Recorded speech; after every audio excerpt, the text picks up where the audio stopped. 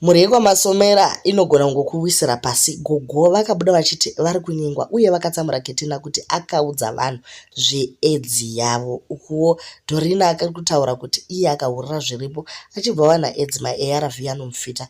Ketinawo naye nekusaidhi aripamapiritsi. Kochiiko naye vedu wei? Zviri zvinhu zvisina kuipa asi wei yacho inozonzi pasocial media vanhu vanozobhurigana zvinhu zvakadaro. Zvezvichimboiterwei? Ko status yemunhu haisi privacy yake here?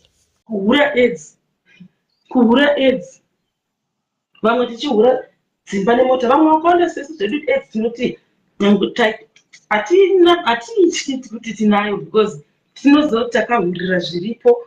Yandiri kuona inini ndiripo pamaARV ona kuti ndiri chibhindiri example rakauya mwani vana 4 wozouya kana musoro chaimo wozi iwe une tubvudzi twakamonana panapa tunoita kumasvosve kunge mhamhatsi.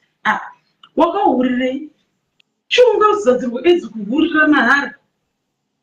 Edzi inodawo kuhurira mastenzi nemota seso dzakarabwa nemapiritsi. Wakaonda unosemedzisa hapana murume anovata newanzi kushure kwako kune masawa. Kuita abanga achitukana nanhobu achiti iye ibhishuri nani nekuti ibhishuri nemusoro. After aita mabasa ake iwayo akazogona kuwana murume ndokugara pasi napepekali ndokuzvara vana vake zvese zvakangonaka. Ane mhuri iri proper pana nhobu, so ndopaazotaura iye achiburitsa status yake.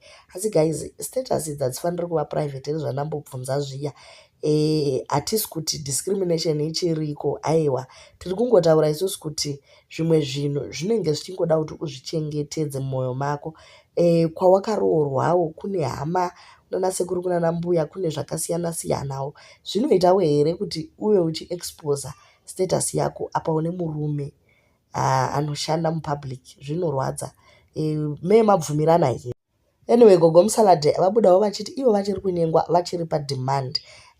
KuZimbabwe ndiko kwazvisingataridziki asi kuireland kwavari zvinhu zviri acceptable. Saka vane varume vavo vanotovapawo tumari mari vobva vatumira Dorine tagona kuchengeta vana. Imi kani zvakaoma.